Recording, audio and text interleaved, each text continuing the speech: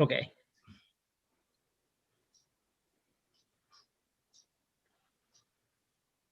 Okay.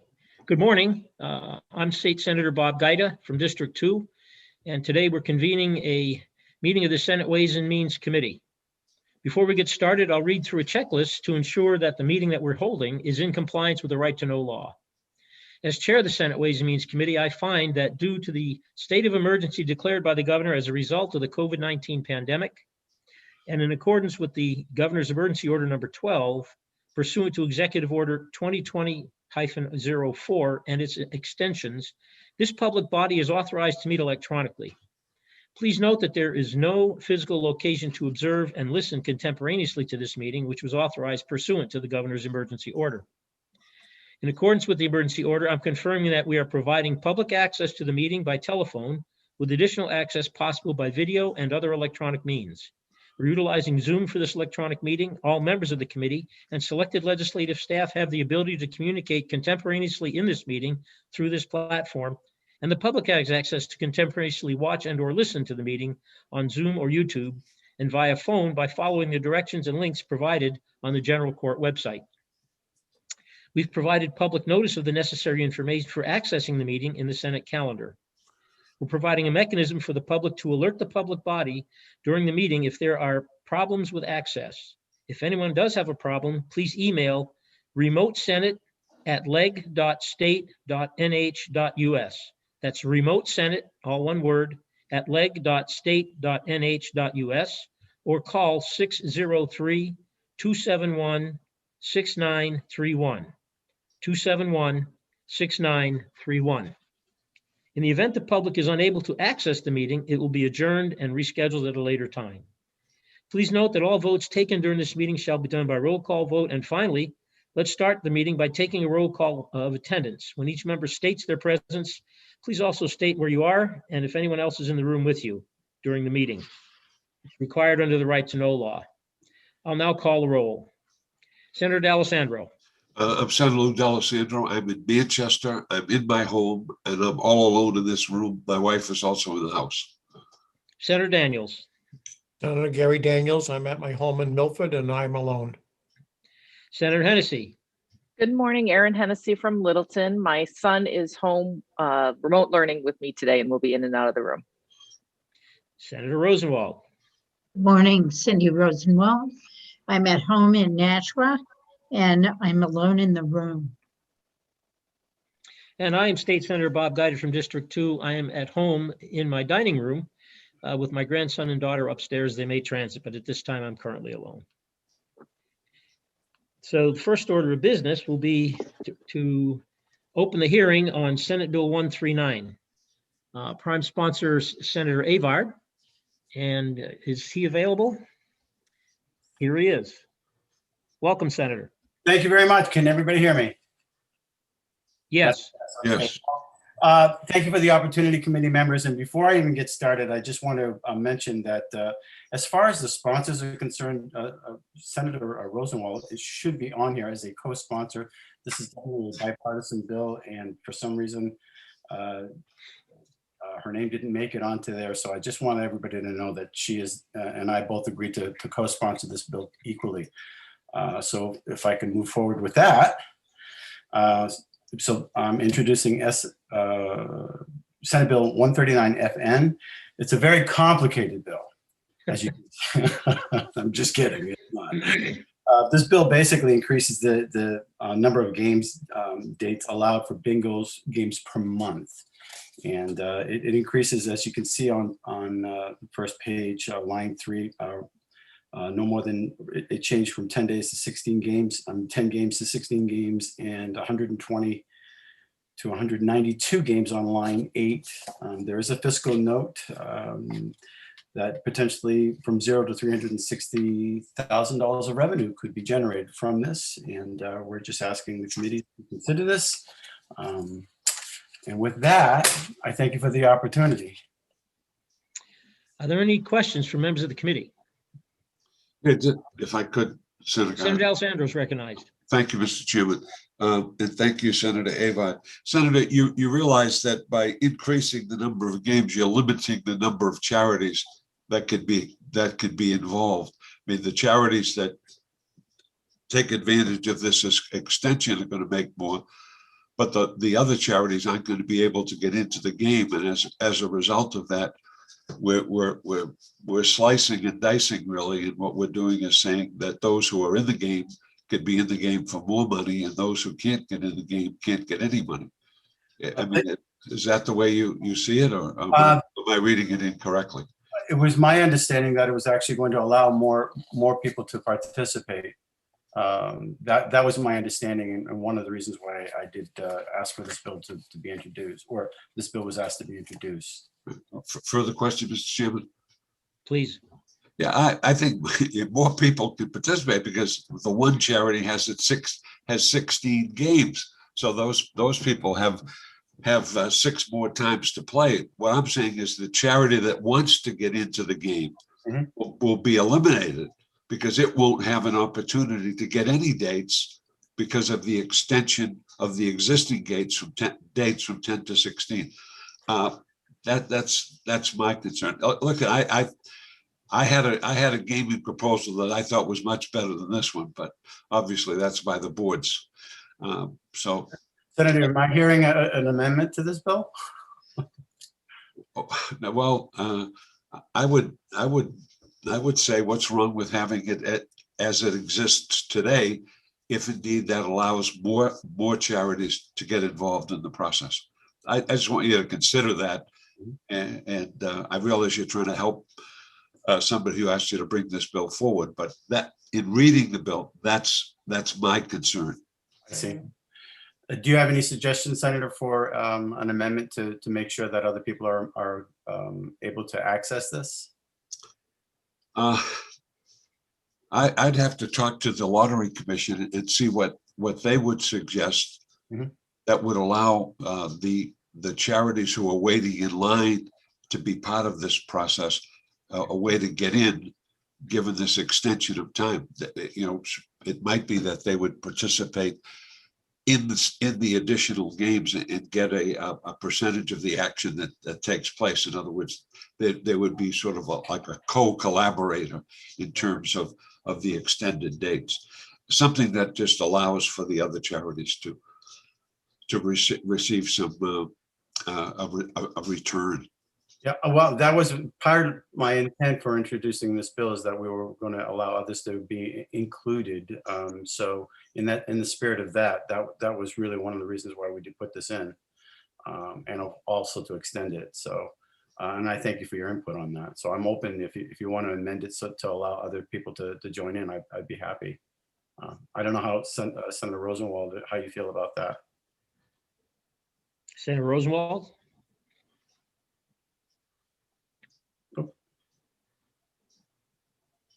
Hi.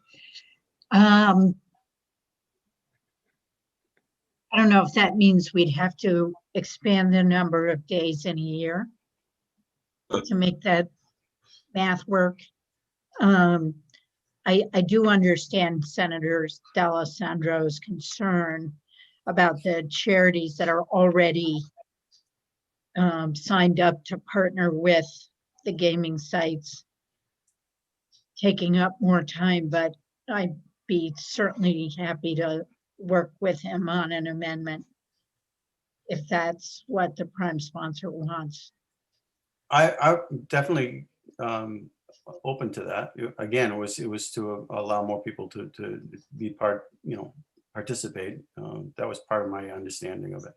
So, All right, so Senator D'Alessandro, would you work with Senator Rosenwald and you both collaborate with the sponsor to present the amendment as quickly as possible? We need to get it done next week. Right? Yeah. Very happy to do that. And thank you, Senator Abad, for entertaining an idea that we might be able to make the bill better. certainly. The deadline next week, we would have to have it. Yeah. Yes. Senator Daniels. Yes. Is there a wait list now, and how long is it? I'm sure that, is that to me, Senator Daniels, is that a question to me, or is it to Senator Avard?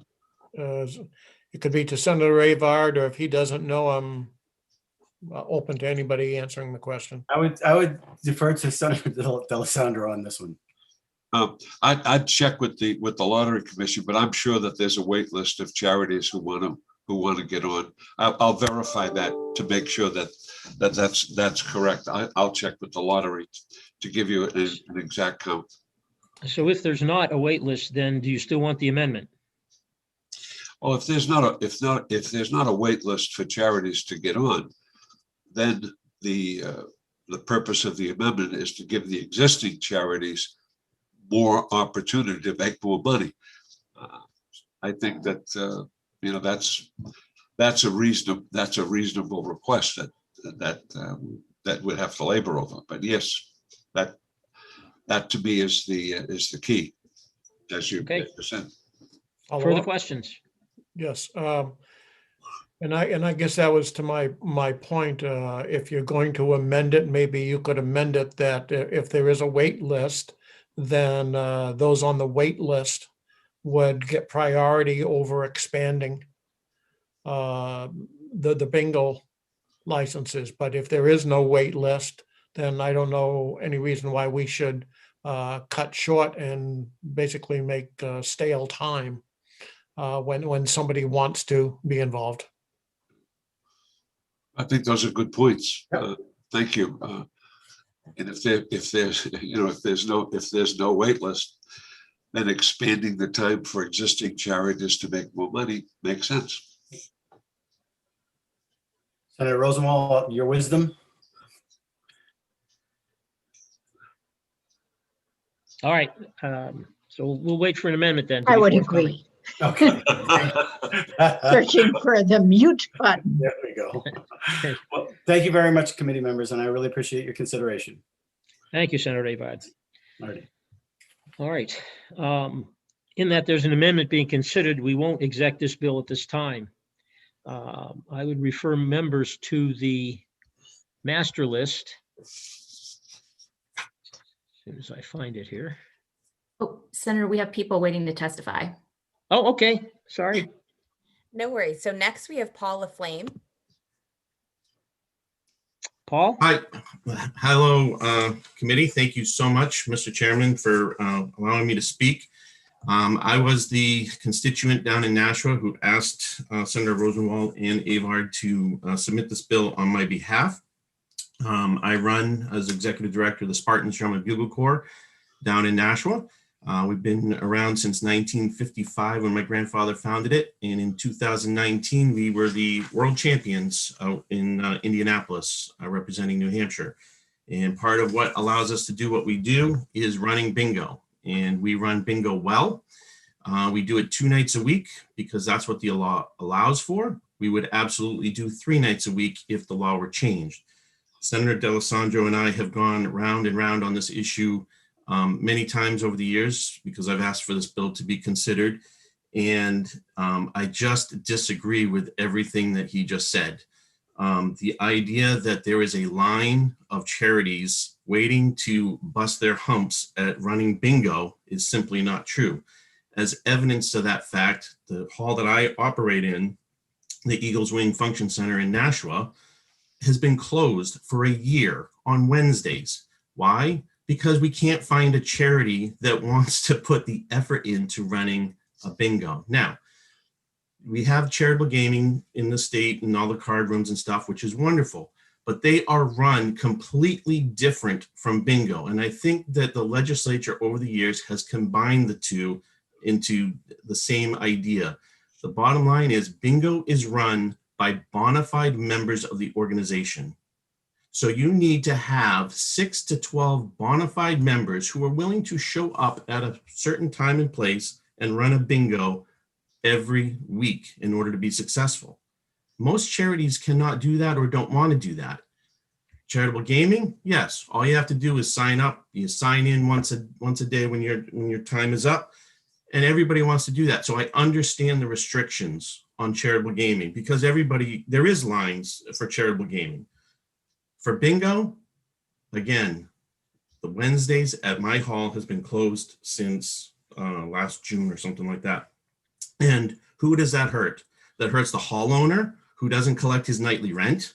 That hurts the kitchen owner who has to shut his business down every Wednesday night and doesn't collect his profit.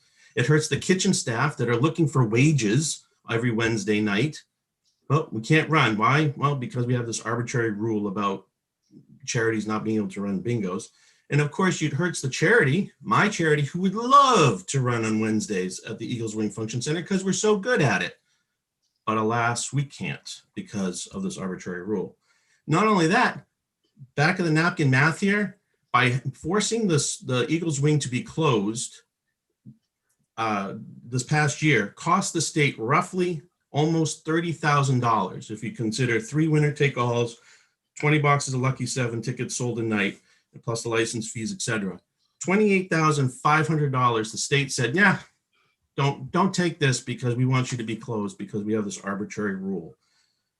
So in my opinion, this is a bill that should be passed as is. I'm not sure what kind of amendment could possibly make it work for what we're trying to do, but I would certainly be willing to work with anybody that would like to do that. But those are my 2 cents.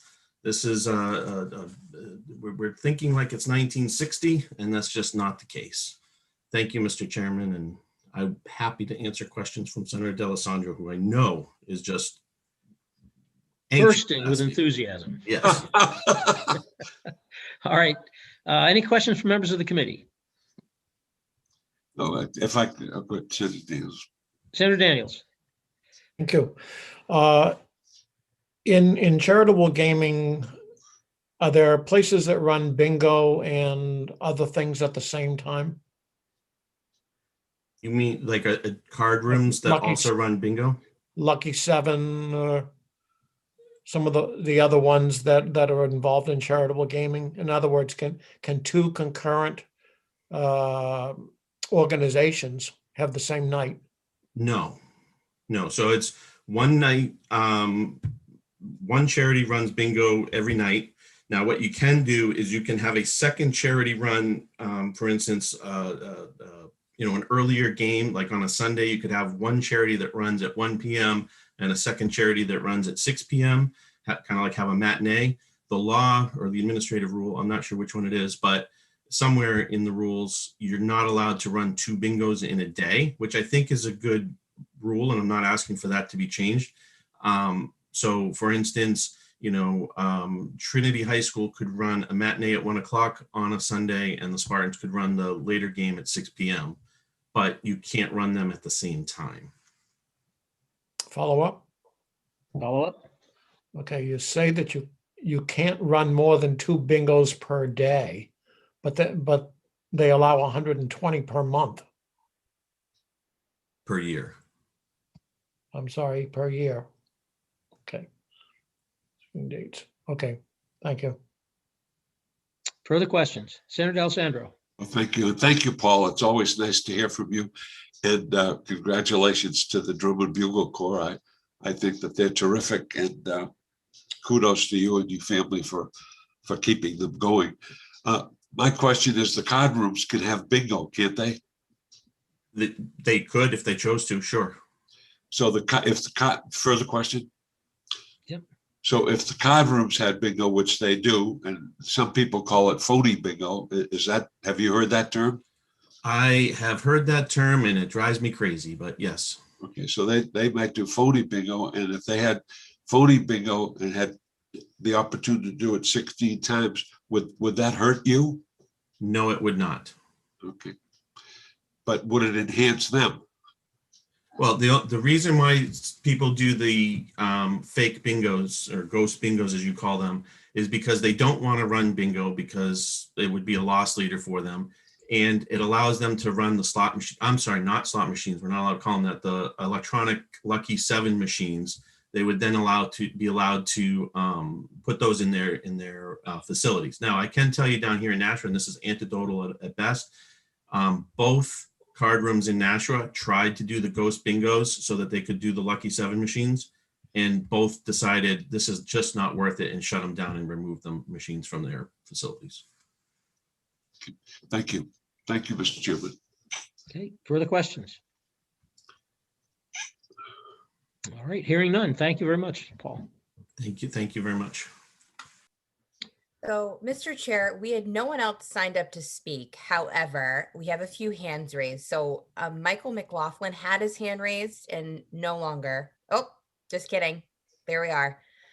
So I'll pull him in now. Good morning, Mr. Chairman and members of the committee. Let me say the first thing. Can you hear me now? Yes.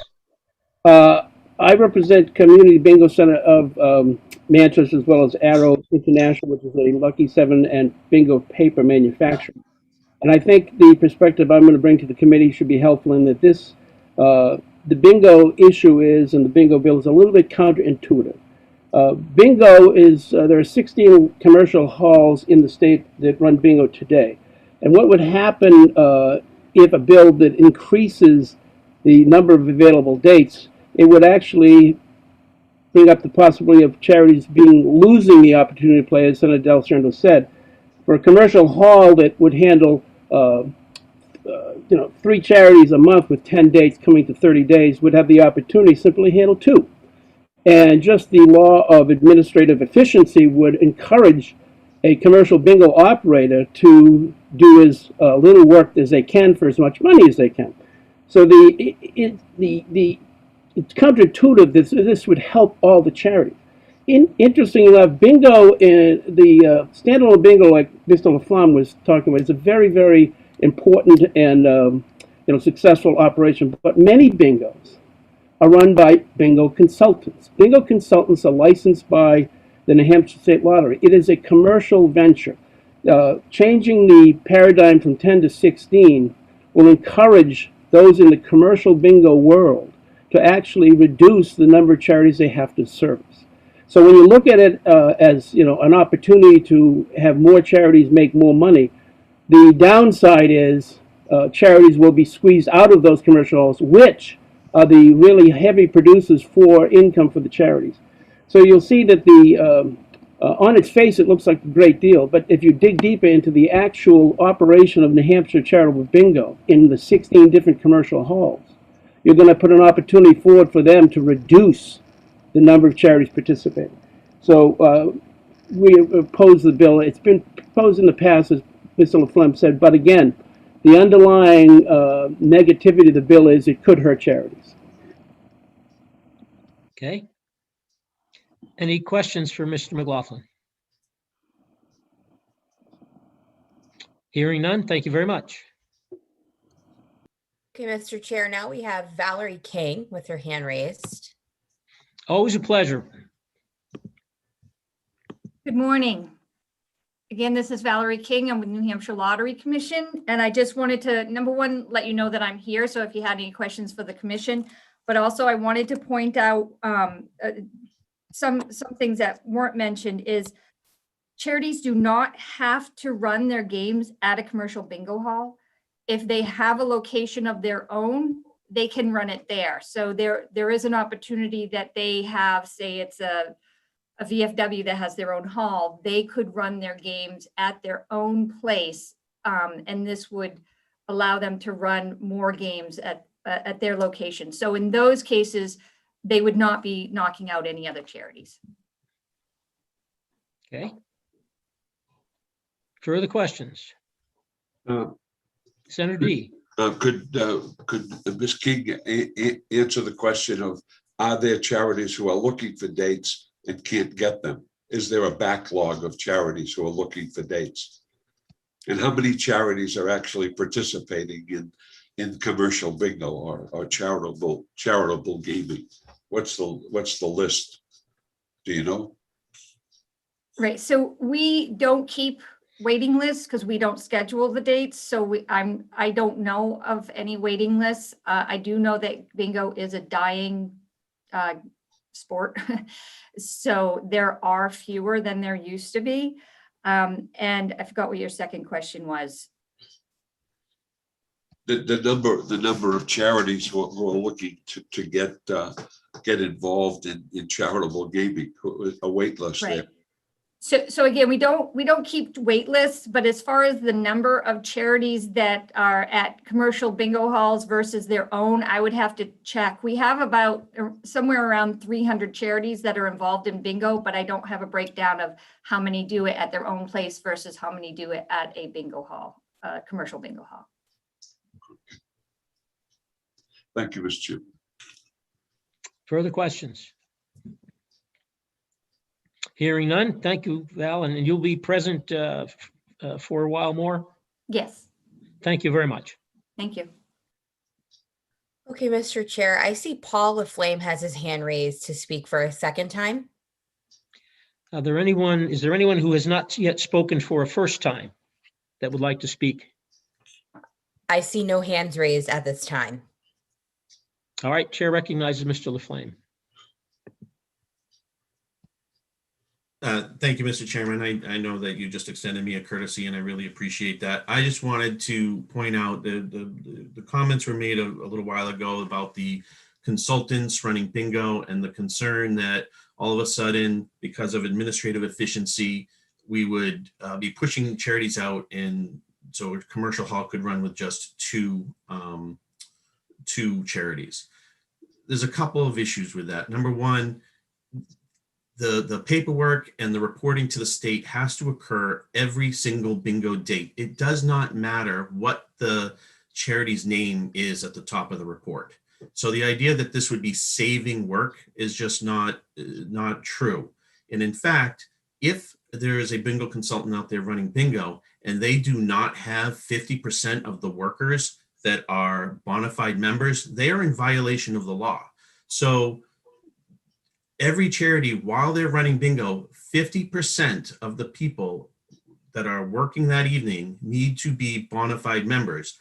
I find it highly unlikely that there is any charity that could run 16 bingo games a month effectively with 50% of their volunteers being there. Now, will there be some? Sure. I'm here telling you, I'm sitting in the seat right now telling you that the Spartans are going to do just that. However, I think that we're an anomaly. So I just don't think that is a huge or should be a huge concern. Thank you. Thank you, Mr. LaFlame. Any further discussion, or I should say any further questions from members of the committee? Any further speakers? So, Mr. Chair, I do not see any hands raised at this time. If folks were wanting to speak to this bill, this would be the appropriate time to raise your hand or dial *9 if you're calling in. And I see no hands raised, Mr. Chair. All right, at this time, we'll close the hearing on Senate Bill 139 FN. So is there any consensus on the part of the committee as to whether we want to move forward with this or wait for an amendment? All right. Senator D, you planning to bring an amendment forward? I leave that up to Senator Rosenwald if indeed she thinks an amendment can be constructed. I think that there's a problem, and I'm not sure that an amendment would cure the problem, to be honest with you. I think this whole thing about, bingo halls, people being there, the ghost bingo that seems to be developing so that people can have bingo. All of this is becoming very perplexing to me as the gaming world, the charitable gaming world is expanding and expanding and expanding in New Hampshire. So this is such a little piece of it. I'm not sure that an amendment could be crafted to deal with this situation. But Mr. LaFlame is correct. He's got one group that does it, and they do it well. I understand their need, but to me, an expansion is just not the way to go. That's been my position for a long period of time.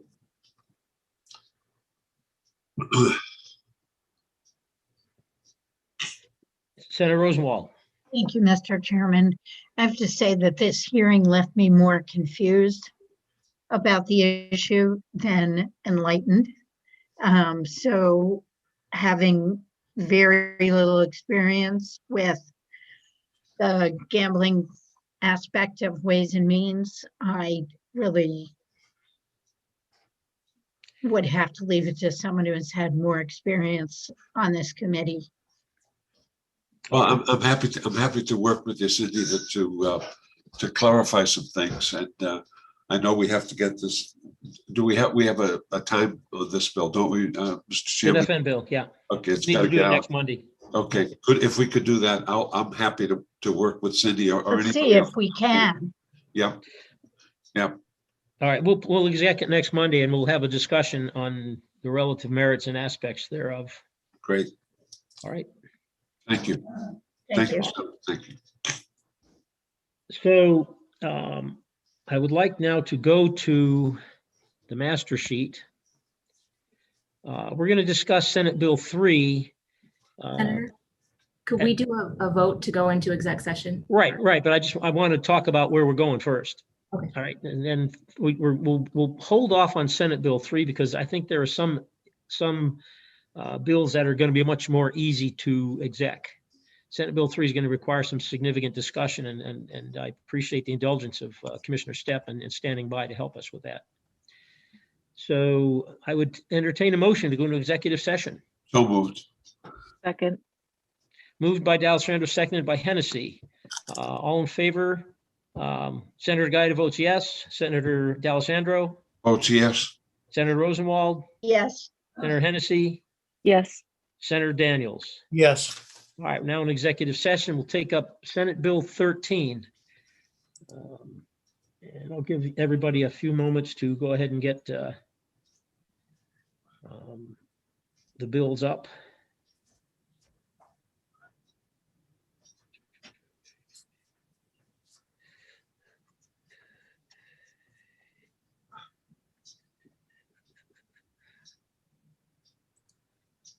All right, so this adjusts the rates of the BPT and BET, provides increased exemptions for I&D tax, and addresses property tax exemption for educational organizations and OPLC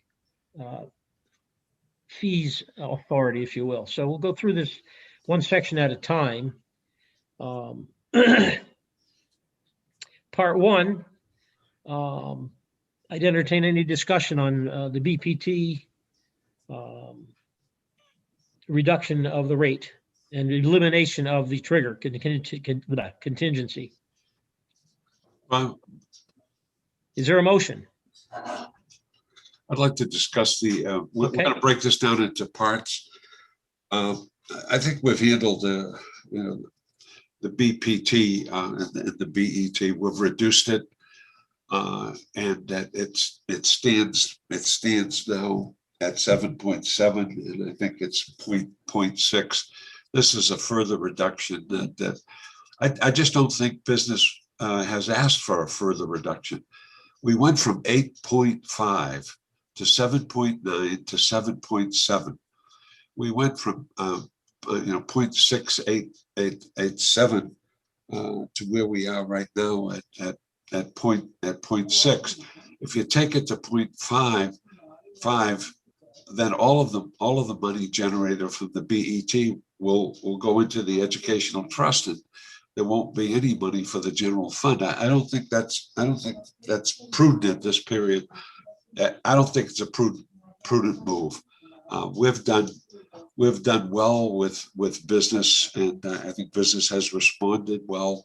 You couple that with the what's happened at the federal level, and business taxes have been reduced very, very, very, very dramatically, and businesses are doing very well.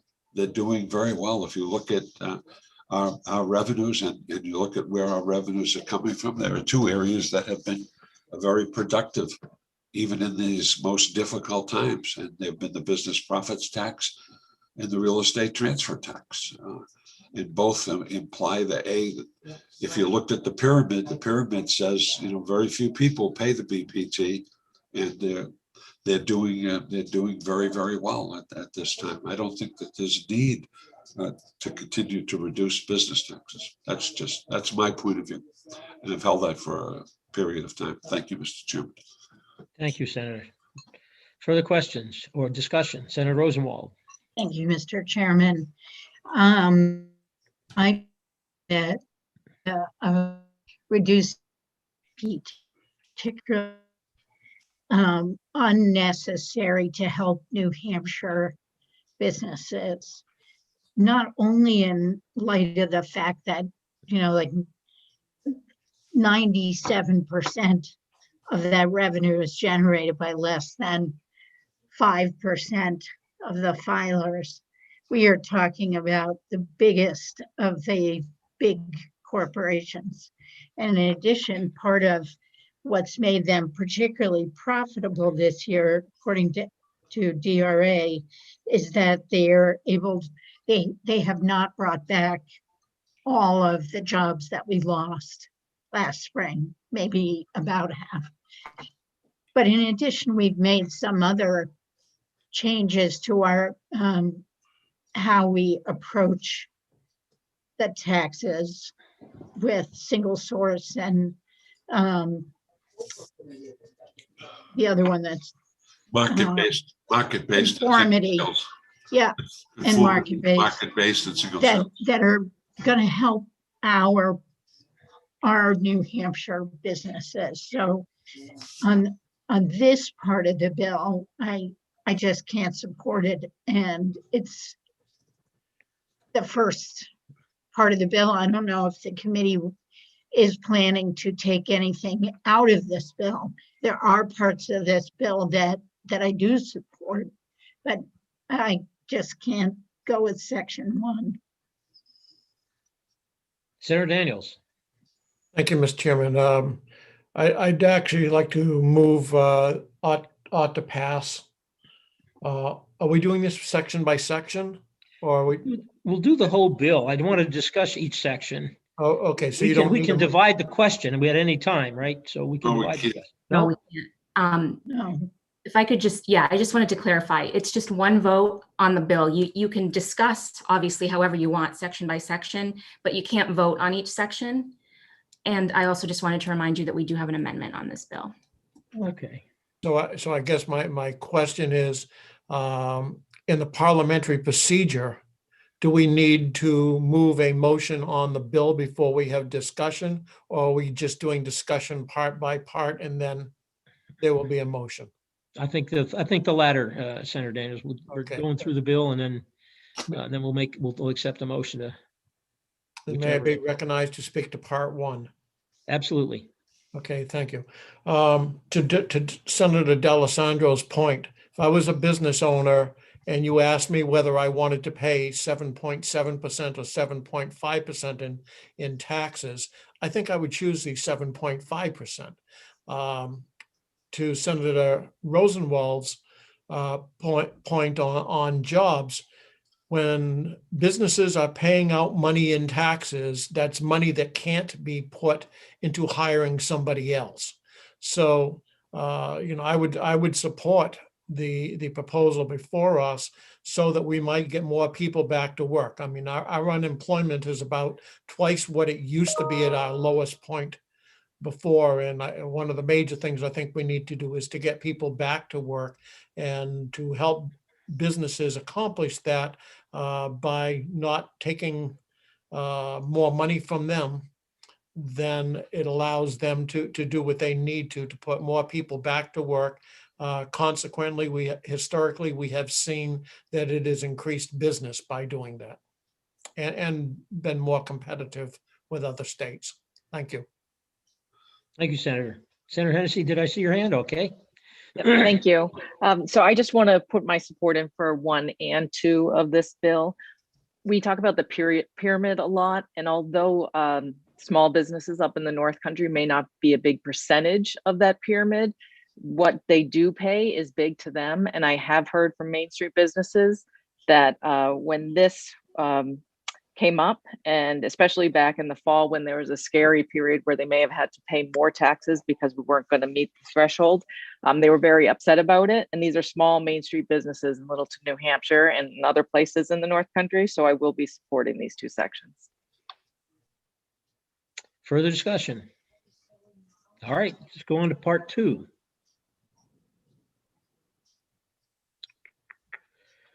relative to exemptions for the tax on interest and dividends. Any discussion on this section? Senator Rosenwald.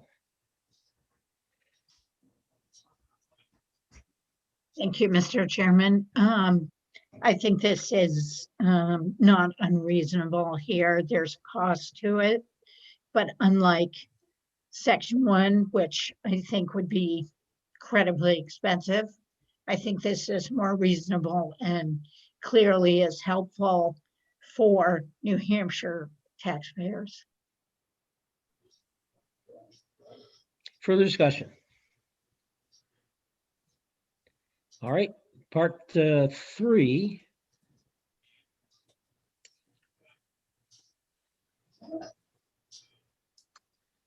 Discussion on property tax exemption for educational organizations.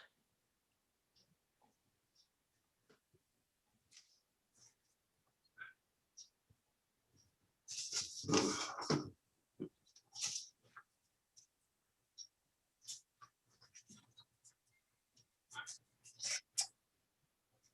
think we had an amendment drafted for this that requires the university system, community college system, educational systems to once or upon request, I think, of the local municipality to provide the valuation of the property that they have.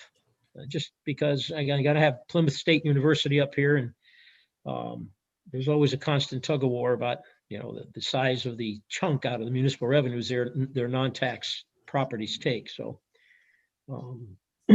I think, you know, I see no problem with this or with the amendment. And on to part 4. Well, I like part 4. I think it's good. It's a, this is something that I know has been a favorite of yours, Senator Guider, and you've worked on this hard, and I appreciate that. I think the office is moving in the right direction. And when I think of the problems that we've had over there, this addresses most of them. It moves it forward. So I think I'm fully supportive of Roman 4. All right.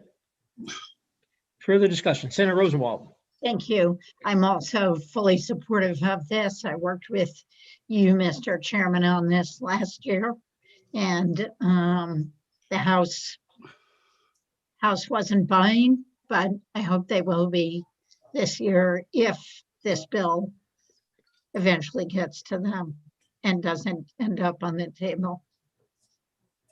Yeah, this is an important bill. This part 4.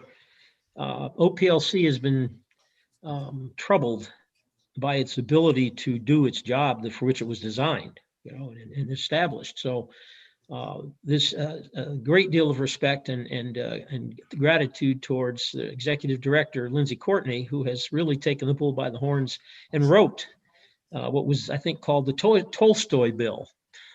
And it was like 73 pages long. It had all kinds of necessary adjustments to OPLC and to the boards. Of course, that didn't make it last year because of COVID. We split the bill into 2 parts. Senator Carson took one, I took another, this one. So this is really essential that we get this done. It will enable OPLC to do what it's designed to do and hasn't been able to do now for about 5 years. So I appreciate your support. Further discussion on any part of the bill or the bill in its entirety? Senator Rosenwald. Thank you. Well, I'm good with 3 parts of the bill. I don't know how we'll replace the nearly $80 million in lost revenue that Section 1 will cost. So if that is going to stay in this bill, I'm going to have to vote no. Thank you. I would offer that the 80 million is static, that as businesses come back and grow, that will recover.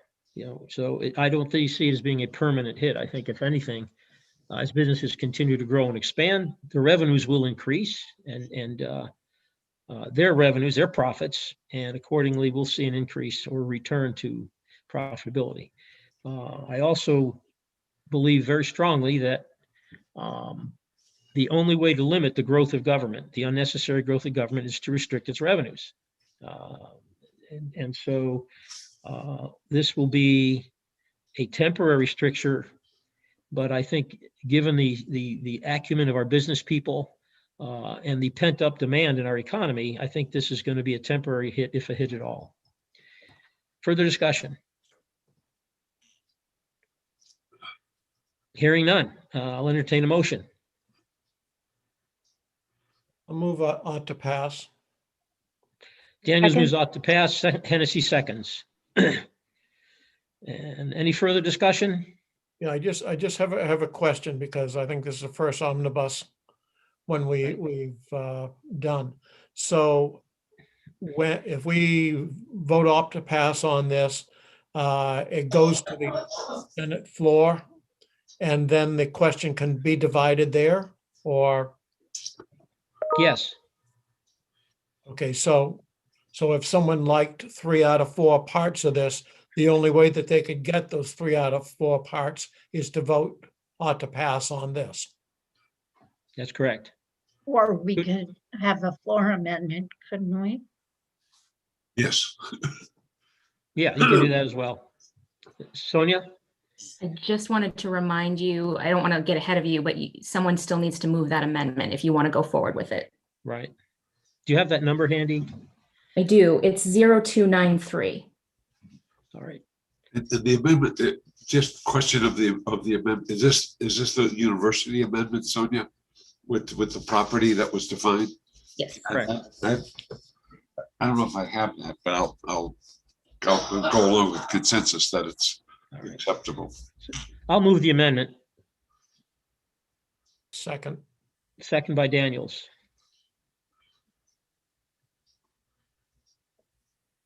Further discussion? Hearing none, we'll call the roll. Senator Hennessy, Yes. Senator Daniels, Yes. Senator Rosenwald, Yes. Senator D'Alessandro, Yes. and Senator Gaeta votes yes on the amendment. All right, no further amendments proposed for the bill. I will entertain a motion.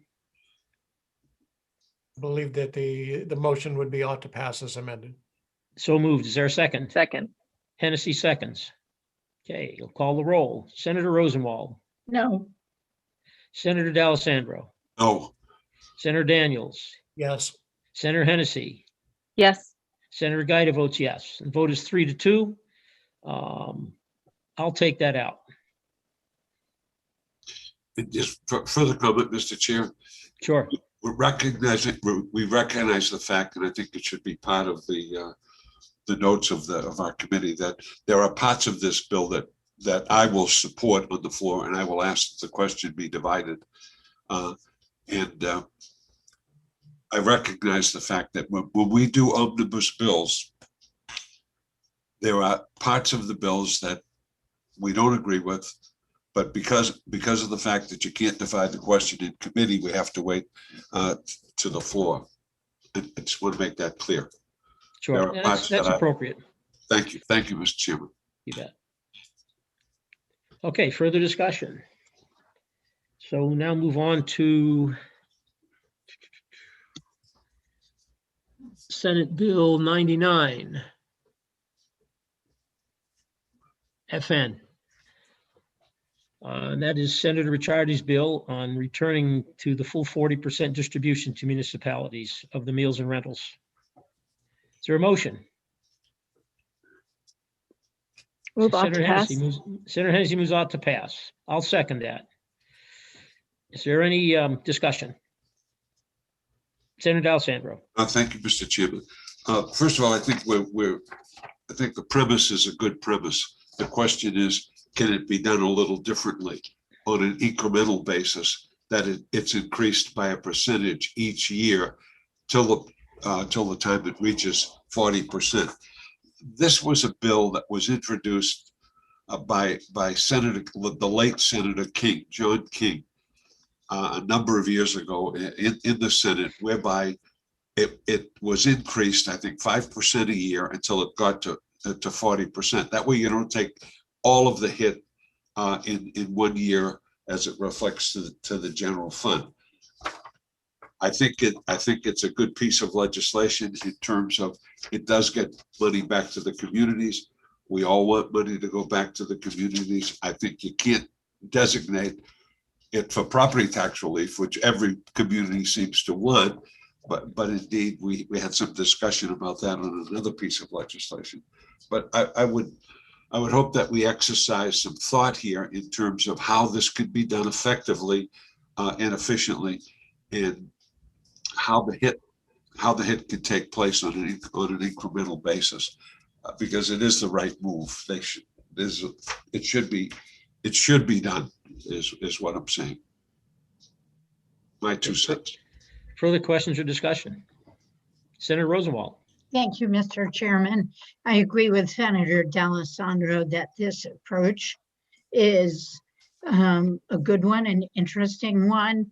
And I think property tax relief is paramount. At least that's what I hear from my constituents.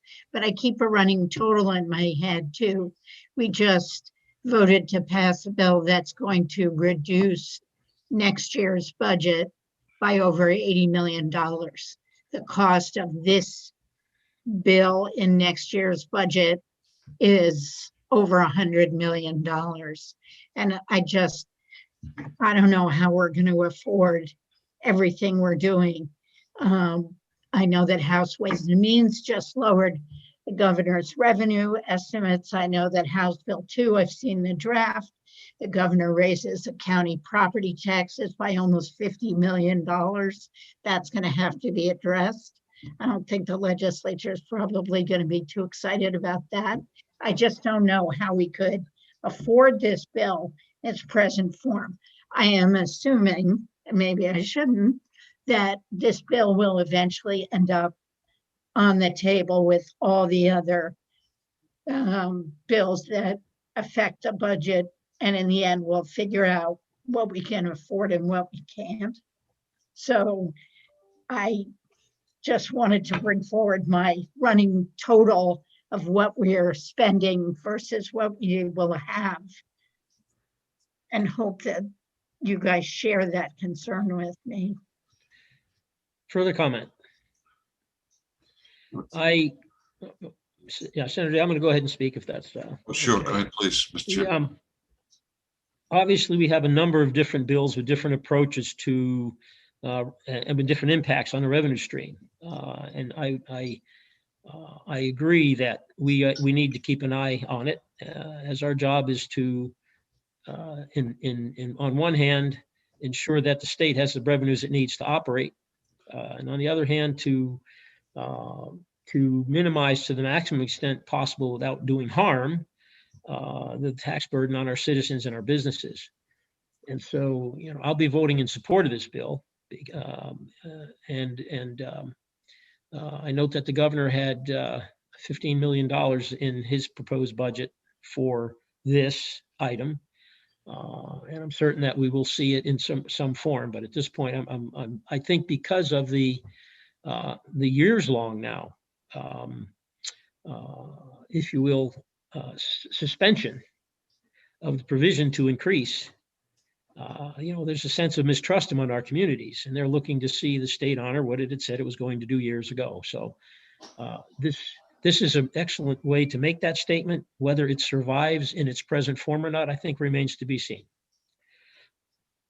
Senator D. Oh, thank you, Mr. Chairman. And, I agree with you. The public is looking at us to fulfill our obligations. But remember, we have suspended revenue sharing for a decade. And in 1970, when we passed the business profits tax, we made a commitment to communities to have revenue sharing. We suspended it. If in the bill that I have, the unofficial House Bill 2, we're again suspending revenue sharing. We put revenue sharing in our budget last year at $20 million a year to help the communities, and we said they could spend the money any way they wanted. I think it's important, and it's incumbent upon us, and this committee is going to have to make revenue projections, and those revenue projections will ascertain for us as the Senate what we are capable of spending and how we're going to spend it. And we have, through the last piece of legislation and through this piece of legislation, we have allocated a significant amount of money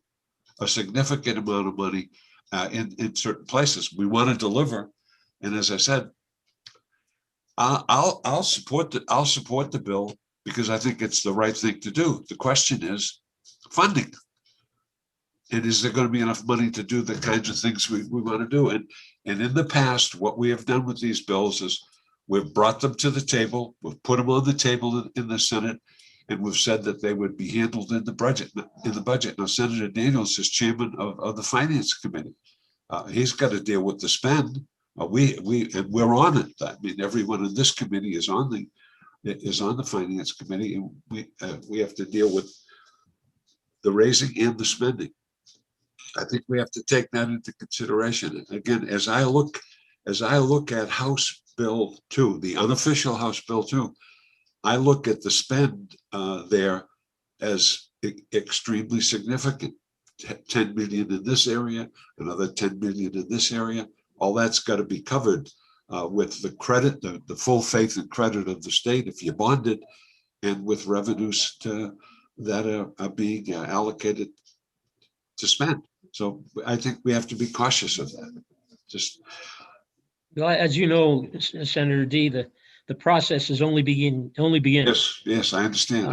And also, we as Senate Ways and Means will have the benefit of March and April tax revenues actual, Yep. which I think will give us a significant indicator of where we need to go, or maybe where we don't need to go. So again, I have confidence that the process will work, and that your comments are duly noted. Right. Senator Rosenwald. Thank you. The last thing I would say about this bill, although I tend to vote for it, is that it doesn't actually require any property tax relief. It's just a community could certainly vote to spend the entire thing on new programs and not reduce the tax rate at all, unlike at least one other bill we've seen this year, I think, in finance. Further question or comment? Hearing none, we'll call the roll. Senator Hennessy, Yes. Senator Daniels, Yes. Senator Rosenwald, Yes, Senator D'Alessandro, Yes. Senator Gaeta votes yes. It's unanimous. Consent? no. Thank you very much, Senator Russell. Protege. Okay, they were going to beat me up. Cindy. Well, Thank you. If this, yeah, I don't see this as, given the amount of discussion we've had about it in committee, I think I'd feel uncomfortable about putting it on the consent calendar. That's reasonable. I support that. Yeah, that's reasonable. Senator I'll take Hennessy? it. I'll take it Okay. out. Okay. All right, let's move on then to, Senate Bill 101. Increasing the minimum gross business income required for filing a business profits tax return. I move on to pass. Second, Okay, ought to pass by D'Alessandro, second by Rosenwald. Any discussion? I'm looking for it. I'm sorry? I'm looking for the bill. There it is. Thank you. I think it was supposed to, if we had indexed it to the CPI, it would be significantly higher threshold than we're establishing here, but it's been years since it's been moved up, and I think it's appropriate to do it. You won't hear me argue against.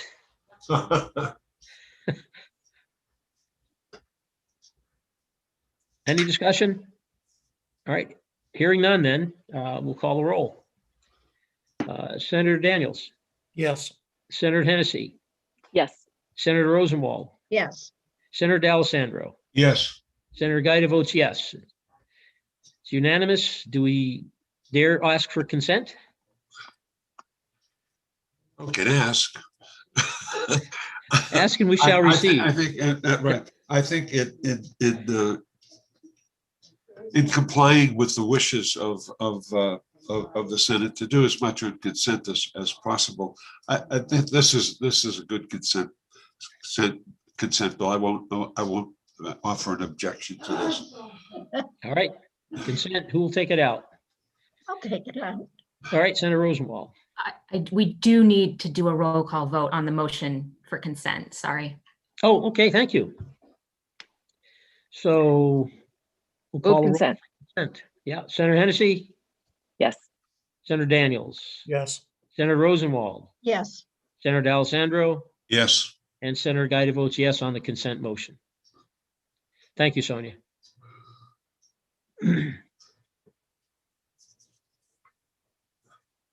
All right, so then moving on to Senate Bill 128 with Amendment 0310. Is there a motion? Let's- This is Senator Rosenwald's motion. Right, we want to talk about the amendment first, huh? Okay, yes. I'm Say it sorry, which bill is this? This is 128. your That's bill. the, Oh, okay. I'm yeah. sorry. Yes, I would like to move amendment 0310 as Right. please. Do I make a motion on the ought to pass as amended, or do we take up the amendment first separately? Well, I think we take up the amendment. No, we take up the bill, then we amend it, and then we pass it as amended. So, Okay, so if I could speak to this amendment, please, and thank you, Mr. Chairman, for joining me on all right, it. so let's do all right, let's take the amendment up. Let's do that. Oh, okay. This is in response to the discussion at the public hearing where the lodging part of that rooms and meals tax brought up the fact that they've been hit harder and will take longer to recover than even the restaurants. Rooms and meals tax collections for the fiscal year to date, as we've seen, are down 17% through the end of January. February revenue focus isn't out yet. And so the cost of the bill as introduced was likely to be around $4 million just for the 1 year that the bill covers. Adding in the rooms part would presumably increase the cost of the bill by about $1 million. I think it's a fair request, and so this amendment simply allows both the restaurants and the rooms to retain for 1 year 5% of the rooms and meals tax they collect. It should not have an effect, according to DRA, on the portion that is distributed to the cities and towns. It will Further only discussion? impact the general fund. Senator D.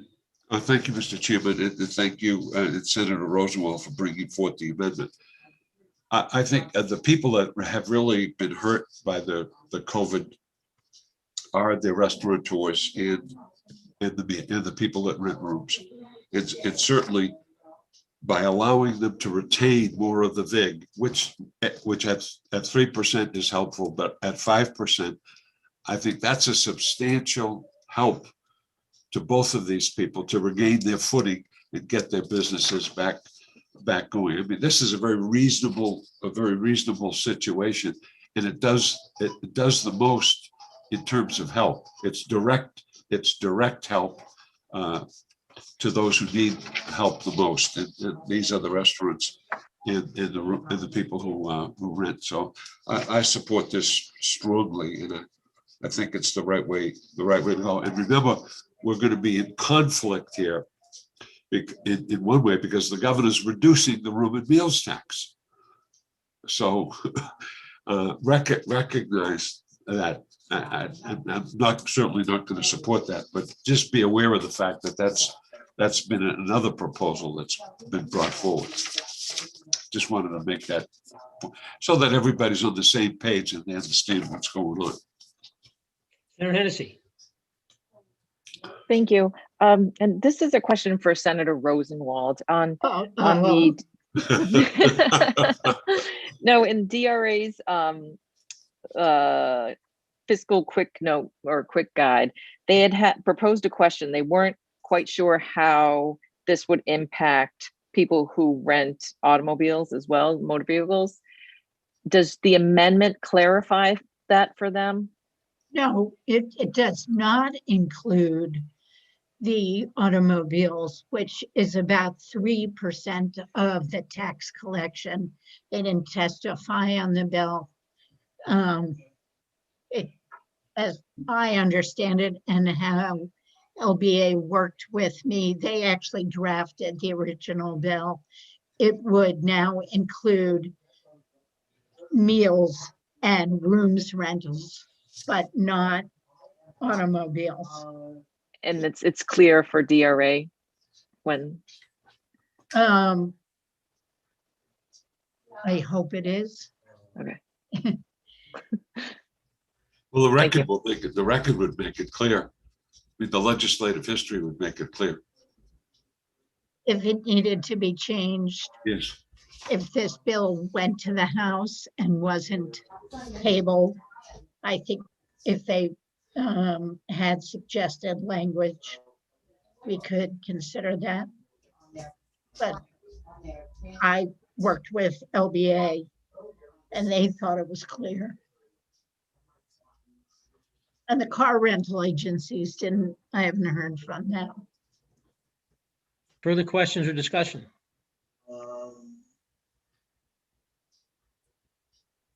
Hearing none.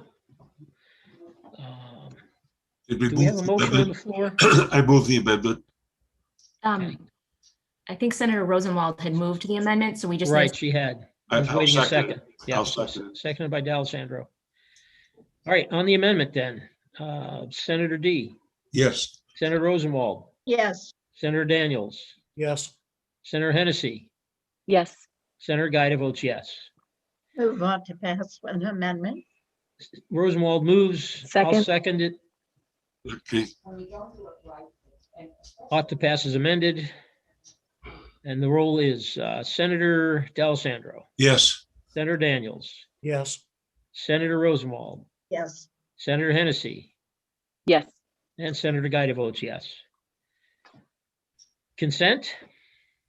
I'd like to be able to speak to it on the floor if Okay. I could, so I'd be happy with it on the regular calendar, Right. just to explain it. Yes. Okay, Right. May I take it out, please? of course. Thank you. All right. I think we're done with those. And we should now get on to Senate Bill 3. And I'm almost positive that Commissioner Stepp is with us. She is.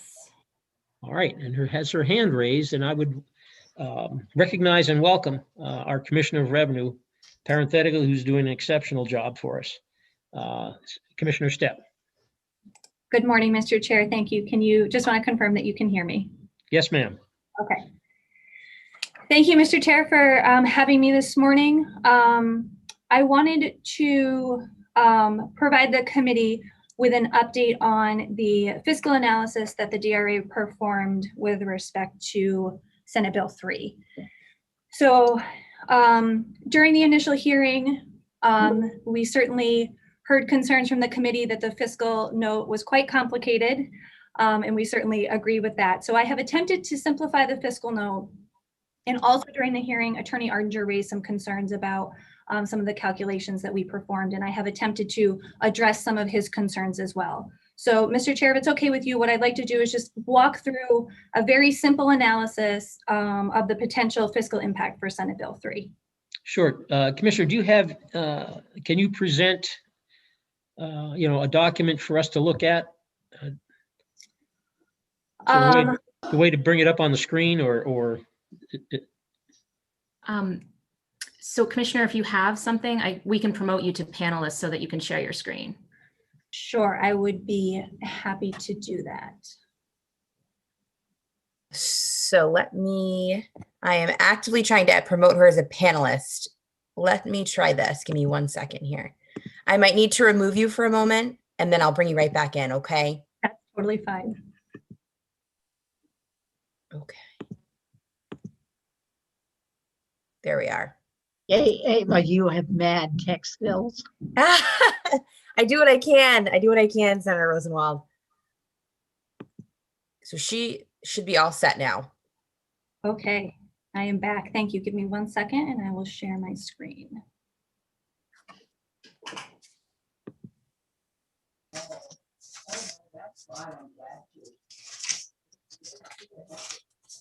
Okay, so are you able to see an Excel spreadsheet that says total PPP as of 8/8/2020 at the top?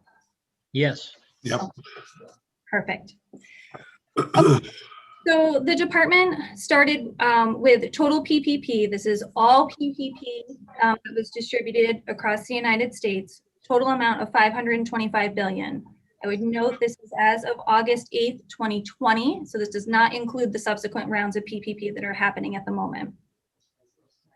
The first thing that we do is remove 20% of this amount. And this is to account for nonprofits and businesses that are under the BPT filing threshold of $50,000. To determine this 20%, we looked at the New Hampshire specific data. And for the loans that went only to New Hampshire addresses, 20% of them went to nonprofits and 20% went to nonprofits and were amounts less than $50,000. So we used the New Hampshire data to kind of extrapolate what would happen to the data as a whole. Removing that 20%, you come to $420 billion of PPP. The next thing that we did was apportion the remaining amount to businesses that would have an obligation here in New Hampshire. And we used 0.4% apportionment. That 0.4% is based on New Hampshire population. And this is a frequent number that we use when we're trying to determine New Hampshire specific portions of national numbers. So applying that 0.4%, you come to 1.7 billion. So this 1.7 billion is our estimate of the total PPP that could be subject to BPT. So we multiply the 1.7 billion by the BPT rate of 7.7% to determine a maximum fiscal impact of $130.9 million. Again, the impact of, or what Senate Bill 3 would do, would be to allow deductions for which there's no corresponding income. So you would take that total PPP and you'd be subtracting that out in the form of deductions. Again, at the BPT rate of 7.7%, potential maximum loss of $130.9 million. The next thing we do is reduce that 130.9 to account for the fact that the majority of PPP was likely spent on wages. That was the goal of the program, the payroll protection program. And that when PPP was spent on wages, it would generate BET. So here we're going to assume that 80% of the 1.7 billion was spent on wages, which gets you to $1.3 billion. And that would be subject to the BET rate of 0.6%. The resulting BET would be $8.1 million. So as BET is a dollar for dollar credit against the BPT, the 8.1 million is the amount of PPP for which there would be no additional benefit provided by Senate Bill 3 because the credit would have already reduced the BPT liability. So there's no additional benefit that Senate Bill 3 is providing for that $8.1 million. So we reduced that out to come to a potential loss of $122.8 million. The next thing we do is we reduce that amount by 47% to account for those taxpayers that have carry forward or excess BET credits. Again, these are taxpayers who wouldn't see a benefit under Senate Bill 3 because they already have a BET credit that's in excess of their BPT liability, and therefore they do not pay BPT. This was using tax year 2018 data from DRA files. So again, 47% of BPT filers are in an excess BET credit position, and therefore they only pay BET. They do not pay BPT, and so Senate Bill 3 would not provide them with an additional benefit. When you apply that 47%, which is $57.7 million, and you take that out of the $122.8 million, you come to a resulting fiscal impact of a loss of $65.1 million. As I mentioned previously, there's obviously a large amount of assumptions that have gone into this analysis without specific data on who received PPP loans, being their identification numbers. We only have names. And without knowing exactly how that PPP was spent, we can't determine an actual fiscal impact. But using assumptions, we were able to come up with a rough estimate of $65.1 million. Again, this is a reduction from the previous analysis that we presented. And again, that was taking into account some of the feedback that we received on that analysis. So I'm trying to be helpful in that I'm trying to receive the feedback and make some modifications. And I've also, like I said, tried to simplify it for your understanding, because this is a fairly complicated topic. So Mr. Chair, I'm happy to answer any questions on DRA's updated analysis. Thank you, Commissioner. Are there any questions? Senator Rosenwald. Thank you, Mr. Chairman. Commissioner, are you still projecting the impact for fiscal 22? So I believe, Senator, you're asking kind of the timing of when this impact would occur. Right. Yep. And again, that is hard to estimate when exactly this would occur. It is likely the majority of it is to occur in fiscal year 22. We may start to see some impact in fiscal year 21, and it may also spread into the future as well, just in terms of the timing of when taxpayers reflect these forgiven loans on their tax returns, the timing of their actual filings, whether they're a calendar year or a fiscal year, and whether or not they have accounted for the treatment of these, or how they've accounted for the treatment of these loans in their estimate payments to date. So it is likely going to be spread between fiscal years 21 and maybe as late as fiscal years 23, but we don't know the exact timing. Follow up, please, if I could. Sure. Thank you.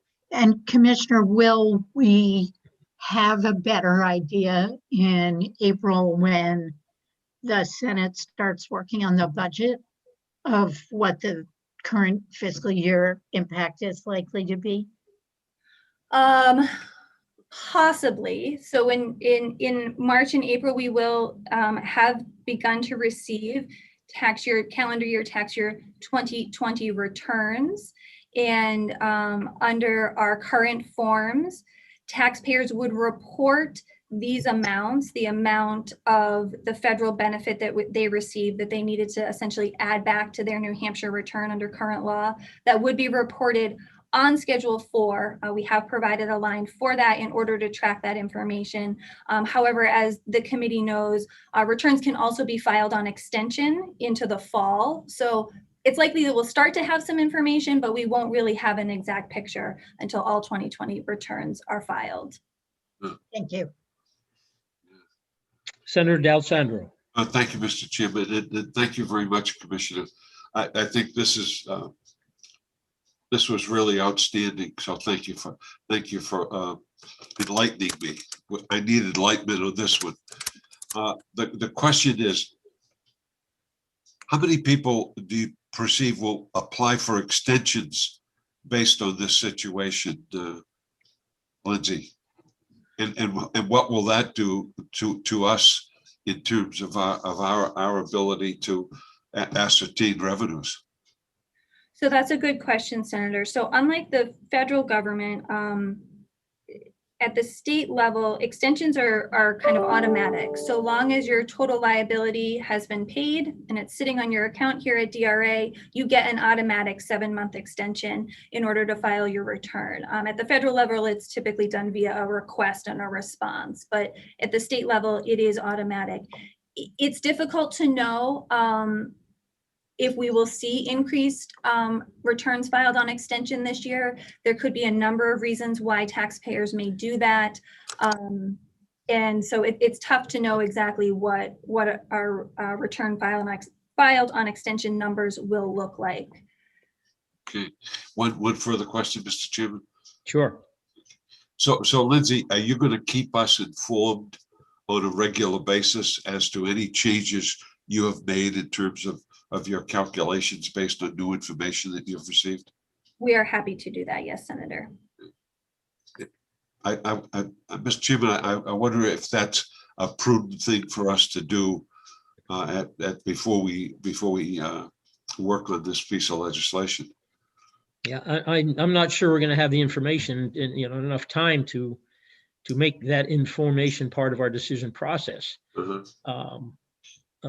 I have a question, actually, Commissioner. Are you aware whether there are any groups of businesses, whether because of startup or whatever, that were not able to benefit from this? That's a great question, Senator. So yes, there were certain provisions with the initial PPP program, which may have eliminated a business from receiving these amounts right off the top, so right at the beginning. So typically with those sorts of programs or PPP, and similar to programs that we ran at the state level with the Main Street Relief Fund and the Self-Employed Livelihood Fund, you needed to show a loss from 2019 to 2020. And so if your business was opened late in 2019, or if you didn't start your business until 2020, you wouldn't necessarily show a loss from 2019 until 2020. And so that may have prohibited you from getting certain aid like PPP, Main Street, Self, et cetera. In addition, there was a fair amount of press during the initial rounds of PPP about some difficulties that certain businesses had in terms of receiving these loans. Either they didn't have access to a financial institution, their financial institution was overrun with requests, et cetera. And so you've seen these subsequent rounds of PPP open to certain businesses before others. So for instance, the subsequent rounds of PPP open to minority-owned businesses first in some instances, open to small businesses first in some instances. And again, that was to hopefully address the fact that PPP wasn't necessarily available as widely as many had hoped in the first instance. Thank you. Senator Rosenwald. Do we know, Commissioner, how many people have applied for the new round, the very small business round? I do not. Actually, let me just look really quickly. I know it's not exactly related to this bill, but might have some bearing on what happens in terms of refunds or not refunds. I do not have those numbers at my fingertips, but we could certainly get those for you. Thank you. Further questions? Well, Senator Gaida, I've got my hand raised. oh, there you go. I got to get my screen back here. Hang on a second.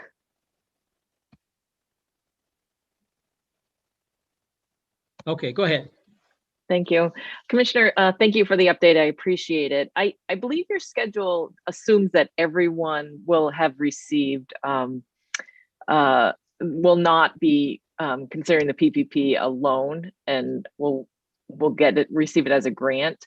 Have you been able to ascertain how many of the PPP loans in New Hampshire may not actually become grants and will be the low interest loans instead? That's a good question. We don't have data on that. You are correct that these assume that all loans are forgiven.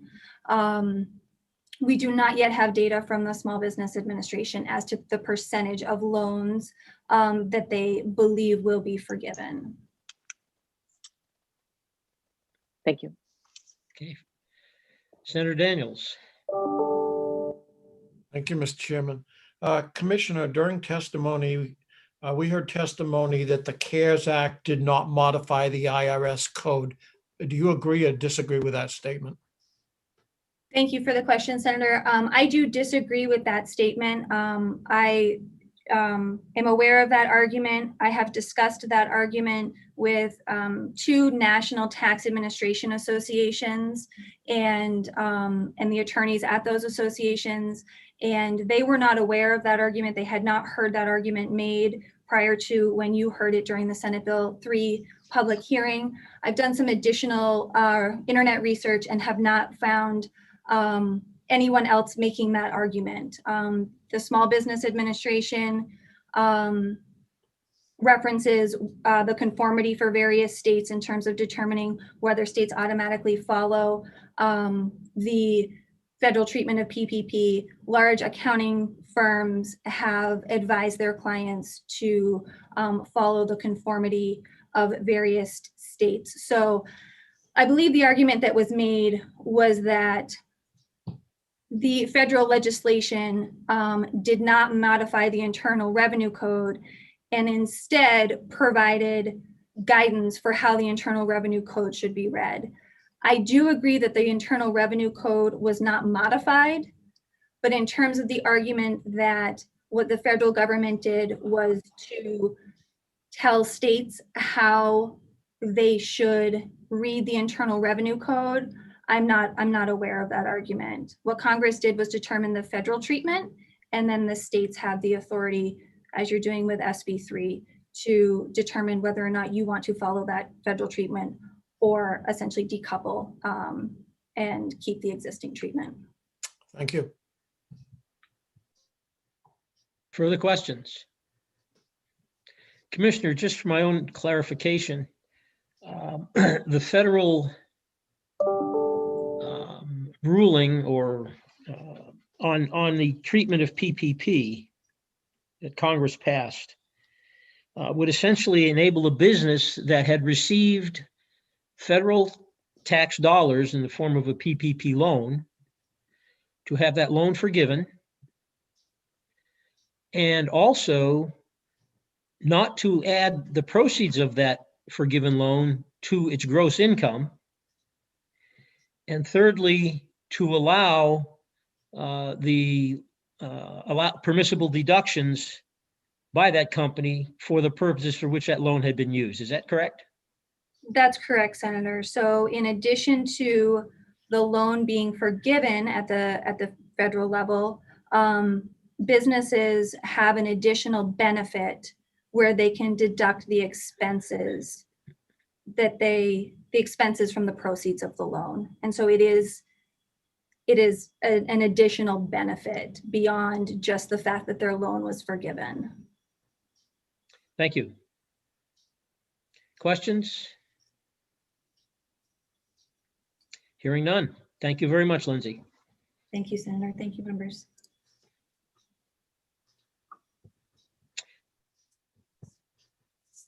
Are we at a point where the committee is comfortable executing this bill? Mr. Chairman, I would prefer if we could put it off until next week. There's a little bit more that I'd like to do on that. All right, I also have some work to do. I agree. So some questions I want to ask. Well, I think all right. The last point that you made, Bob, needs to be clarified as to the forgiveness rules not being treated as gross income and shall be treated as a deductible. If that's, that's a key element here in this bill, because given what we've heard, talk about a hit. This is problematic, and the decision that is made, I think, is a very significant one. Very significant one. So I agree that we need a little more time. All of us need a little more time. All right, so I think our business is pretty much concluded for the day then. Is there any, should we move to come out of executive session? So moved. So moved. All Second. right, we'll give it to D'Alessandro, seconded by Hennessy. And we'll call the roll. Senator D'Alessandro, Yes. Senator Hennessy, Yes. Senator Daniels, Yes. Senator Rosenwald, Yes. and Senator Gaida votes yes. We're now out of executive session. Motion to adjourn, So moved. moved by Second. Rosenwald, seconded by Hennessy. Oh, the ladies take precedence here. Oh my Lord. It will be a greater American day now that we have that significant leadership. All right. All right, Senator Hennessy, Yes. Senator Rosenwald, Yes. Senator D, Yes. Senator Daniels, Yes. and Senator Gaida votes yes. And I thank you all for your work. Do the Thank you. homework on Senate Bill 3. And A lot of homework to be done. yeah, there's a lot of different parts of that bill and a lot of different manifestations and ramifications to it. So look Her forward Do to we have that discussing. spreadsheet that she showed us? That she showed us, yeah. Commissioner, can you hear us? I can, yes, I'm happy to provide that. And I will provide also the most recent data that we can find in terms of any forgiveness, Senator Hennessy, to your question, and Senator Rosenwald, any updated amounts that have been distributed. Thank you. Great job, Lindsay. We're proud of you. Thank you, sir. Keep the Thank you dream all. alive and well. Keep the dream alive and well that we're going to be solvent for the next fiscal year. Oh, we will. We will. We will. Okay. Yeah. All right. Thank you all. Thank you.